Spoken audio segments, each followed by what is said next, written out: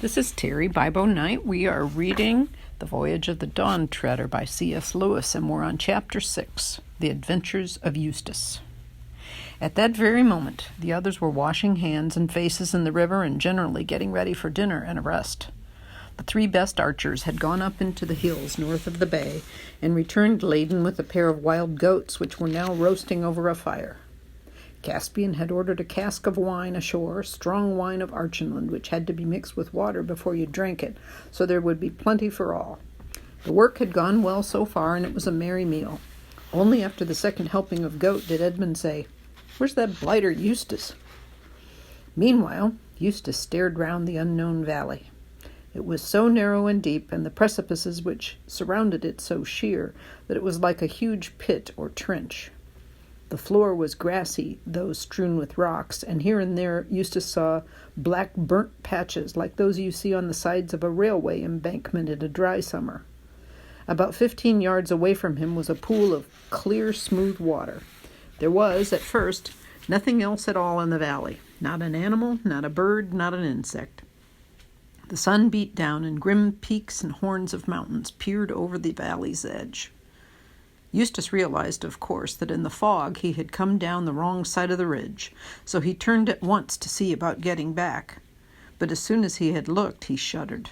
Apparently, he had by amazing luck found the only possible way down, a long green spit of land, horribly steep and narrow, with precipices on either side.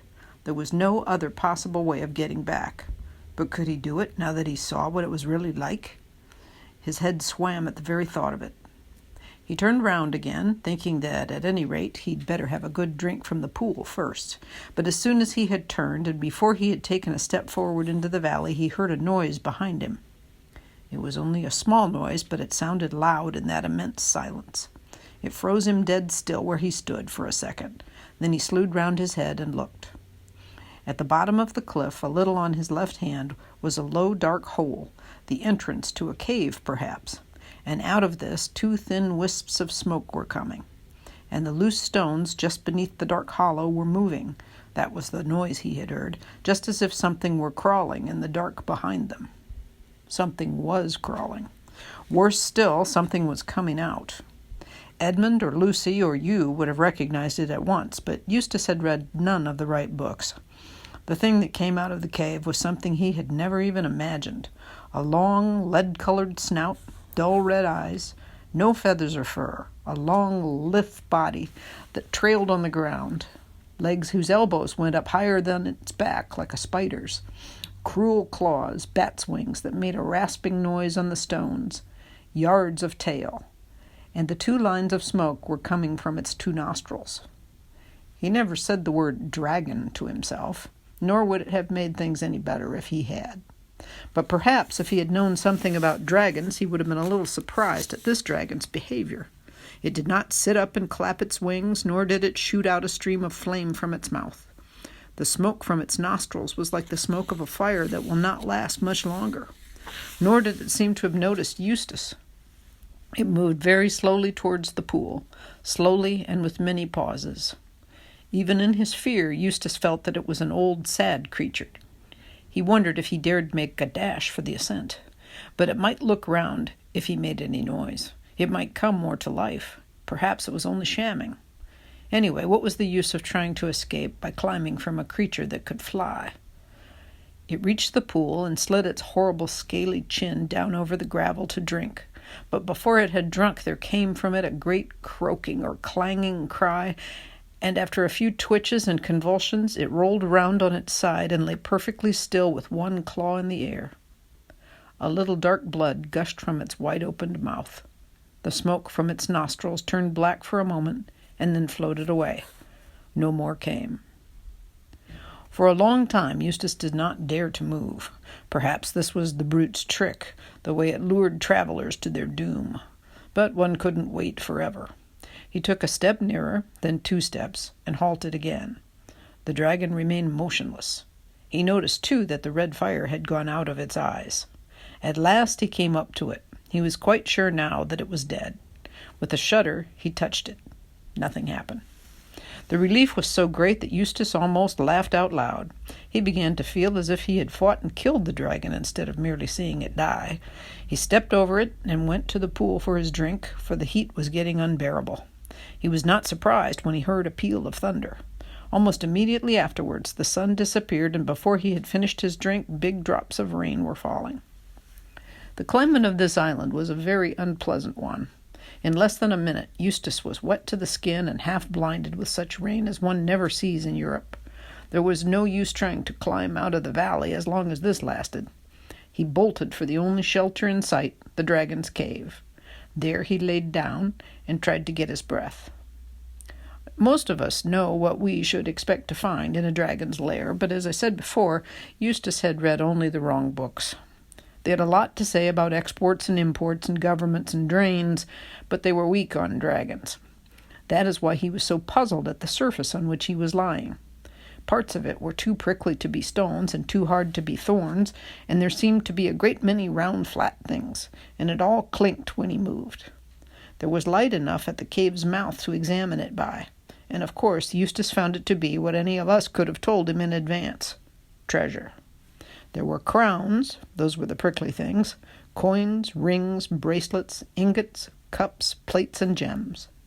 Eustace, unlike most boys, had never thought much of treasure, but he saw at once the use it would be in this new world which he had so foolishly stumbled into through the picture in Lucy's bedroom at home. "They don't have any tax here," he said, "and you don't have to give treasure to the government. With some of this stuff I could have quite a decent time here, perhaps in Calorman. It sounds the least fun of these countries. I wonder how much I can carry.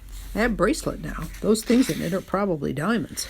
I'll slip that over my own wrist. Too big, but not if I push it right up here above my elbow. Then I'll fill my pockets with diamonds. That's easier than gold. I wonder when this infernal rain's going to let up." He got into a less uncomfortable part of the pile where it was mostly coins and settled down to wait. But a bad fright, when once it is over, and especially a bad fright following a mountain walk, leaves you very tired. Eustace fell asleep.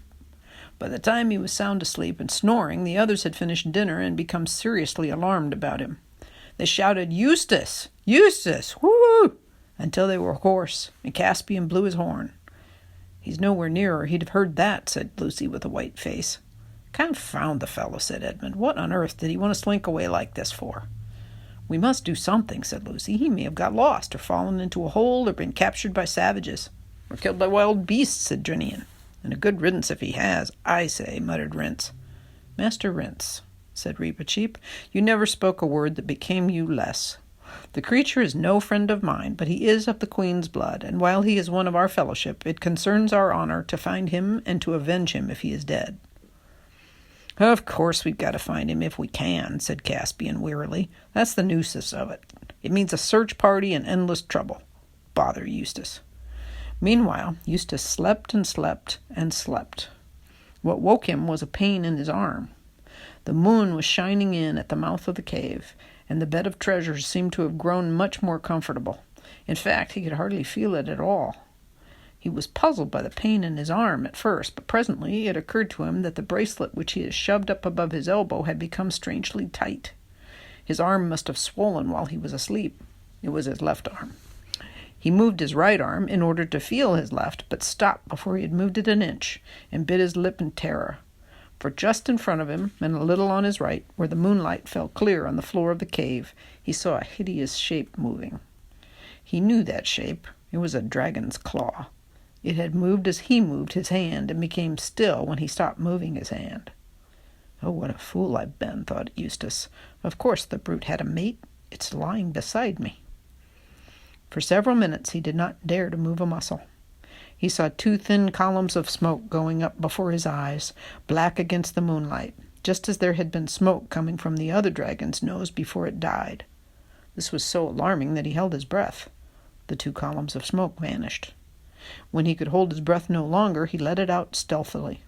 Instantly, two jets of smoke appeared again. But even yet he had no idea of the truth. Presently he decided that he would edge very cautiously to his left and try to creep out of the cave. Perhaps the creature was asleep, and anyway it was his only chance. But of course, before he edged to the left, he looked to the left. Oh, horror! There's a dragon's claw on that side, too. No one will blame Eustace if at this moment he shed tears. He was surprised at the size of his own tears as he saw them splashing onto the treasure in front of him. They also seemed strangely hot. Steam went up from them. But there was no good crying. He must try to crawl out from between the two dragons. He began extending his right arm. The dragon's foreleg and claw on his right went through exactly the same motion. Then he thought he would try his left. The dragon limb on that side moved too. 2 dragons, one on each side, mimicking whatever he did. His nerve broke, and he simply made a bolt for it. There was such a clatter and rasping and clinking of gold and grinding of stones as he rushed out of the cave that he thought they were both following him. He daren't look back. He rushed to the pool. The twisted shape of the dead dragon lying in the moonlight would have been enough to frighten anyone, but now he hardly noticed it. His idea was to get into the water. But just as he reached the edge of the pool, 2 things happened. First of all, it came over him like a thunderclap that he'd been running on all 4s, and why on earth had he been doing that? And secondly, as he bent toward the water, he thought for a second that yet another dragon was staring up at him out of the pool. But in an instant he realized the truth. That dragon's face in the pool was his own reflection. There was no doubt of it. It moved as he moved. It opened and shut its mouth as he opened and shut his. He had turned into a dragon while he was asleep.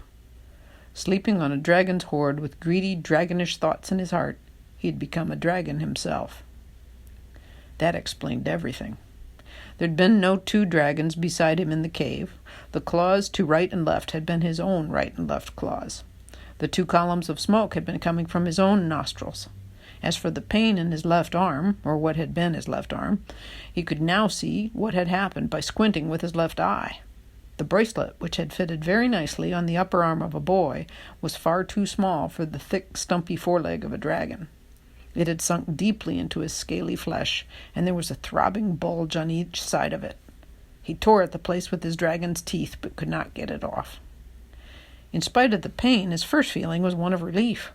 There was nothing to be afraid of any more. He was a terror himself now, and nothing in the world but a knight, and not all of those, would dare to attack him. He could get even with Caspian and Edmund now. But the moment he thought this, he realized that he didn't want to. He wanted to be friends. He wanted to get back among humans and talk and laugh and share things. He realized that he was a monster, cut off from the whole human race. An appalling loneliness came over him. He began to see that the others had not really been fiends at all. He began to wonder if he himself had been such a nice person as he'd always supposed. He longed for their voices. He would have been grateful for a kind word even from Reepicheep. When he thought of this, the poor dragon that had been Eustace lifted up its voice and wept. A powerful dragon crying its eyes out under the moon in a deserted valley is a sight and a sound hardly to be imagined. At last, he decided he would try to find his way back to the shore. He realized now that Caspian would never have sailed away and left him, and he felt sure that somehow or other he'd be able to make people understand who he was. He took a long drink, and then, I know this sounds shocking, but it isn't if you really think it over, he ate nearly all the dead dragon. He was halfway through it before he realized what he was doing. For you see, although his mind was the mind of Eustace, his tastes and his digestion were dragonish, and there is nothing a dragon likes so well as fresh dragon. That's why you so seldom find more than 1 dragon in the same country. Then he turned to climb out of the valley. He began the climb with a jump, and as soon as he jumped, he found that he was flying. He had quite forgotten about his wings, and it was a great surprise to him, the first pleasant surprise he had had for a long time. He rose high into the air and saw innumerable mountain tops spread out beneath him in the moonlight. He could see the bay like a silver slab and the dawn treader lying at anchor, and campfires twinkling in the woods beside the beach. From a great height he launched himself down towards them in a single glide. Lucy was sleeping very sound, for she had sat up till the return of the search party in hope of good news about Eustace. It had been led by Caspian and had come back late and weary. Their news was disquieting. They'd found no trace of Eustace, but had seen a dead dragon in a valley. They tried to make the best of it, and everyone assured everyone else that there were not likely to be more dragons about, and that one, which was dead at about 3 o'clock that afternoon, which was when they'd seen it, would hardly have been killing people a very few hours before. Unless it ate the little brat and died of him, he'd poison anything, said Rince, but he said this under his breath, and no one heard it. But later in the night, Lucy was waked, very softly, and found the whole company gathered close together and talking in whispers. "What is it?" said Lucy. "We must all show great constancy," Caspian was saying. "A dragon has just flown over the treetops and lighted on the beach. Yes, I'm afraid it is between us and the ship, and arrows are no use against dragons, and they're not at all afraid of fire." "With your Majesty's leave," began Reepicheep. "No, Reepicheep," said the king very firmly, "you are not going to attempt a single combat with it, and unless you promise to obey me in this matter, I'll have you tied up. We must just keep close watch, and as soon as it is light, go down to the beach and give it battle. I will lead. King Edmund will be on my right, and the Lord Drinian on my left. There are no other arrangements to be made. It will be light in a couple of hours. In an hour's time, let a meal be served out, and what is left of the wine also, and let everything be done silently." "Perhaps it'll go away," said Lucy. "It'll be worse if it does," said Edmund, "because then we shan't know where it is. If there's a wasp in the room, I like to be able to see it." The rest of the night was dreadful, and when the meal came, though they knew they ought to eat, many found that they had very poor appetites. And endless hours seemed to pass before the darkness thinned and birds began chirping here and there, and the world got colder and wetter than it had been all night, and Caspian said, "Now for it, friends." They all got up, with swords drawn, and formed themselves into a solid mass with Lucy in the middle and Reepicheep on her shoulder. It was nicer than the waiting about, and everyone felt fonder of everyone else than at ordinary times. A moment later they were marching. It grew lighter as they came to the edge of the wood, and there on the sand, like a giant lizard or a flexible crocodile or a serpent with legs, huge and horrible and humpy, lay the dragon. But when it saw them, instead of rising up and blowing fire and smoke, the dragon retreated. You could almost say it waddled back into the shallows of the bay. "What's it wagging its head like that for?" said Edmund. "Now it's nodding," said Caspian. "There's something coming from its eyes," said Drinian. "Oh, can't you see?" said Lucy. "It's crying. Those are tears." "I shouldn't trust to that, ma'am," said Drinian. "That's what crocodiles do to put you off your guard." "It wagged its head when you said that," remarked Edmund, "just as if it meant no. Look, there it goes again." "Do you think it understands what we're saying?" asked Lucy. The dragon nodded its head violently. Reepicheep slipped off Lucy's shoulder and stepped to the front. "Dragon," came his shrill voice, "can you understand speech?" The dragon nodded. "Can you speak?" It shook its head. "Then," said Reepicheep, "it is idle to ask you your business, but if you will swear friendship with us, raise your left foreleg above your head." It did so, but clumsily, because that leg was sore and swollen with the golden bracelet. "Oh, look," said Lucy, "there's something wrong with its leg. The poor thing, that's probably what it was crying about. Perhaps it came to us to be cured like an Androcles and the lion." "Be careful, Lucy," said Caspian. "It's a very clever dragon, but it may be a liar." Lucy had, however, already run forward, followed by Reepicheep as fast as his short legs could carry him. And then, of course, the boys and Drinian came too. "Show me your poor paw," said Lucy. "I might be able to cure it." The dragon that had been Eustace held out its sore leg gladly enough, remembering how Lucy's cordial had cured him of seasickness before he became a dragon. But he was disappointed. The magic fluid reduced the swelling and eased the pain a little, but it could not dissolve the gold. Everyone had now crowded round to watch the operation, and Caspian suddenly exclaimed, "Look!" He was staring at the bracelet. And that's the end of Chapter 6.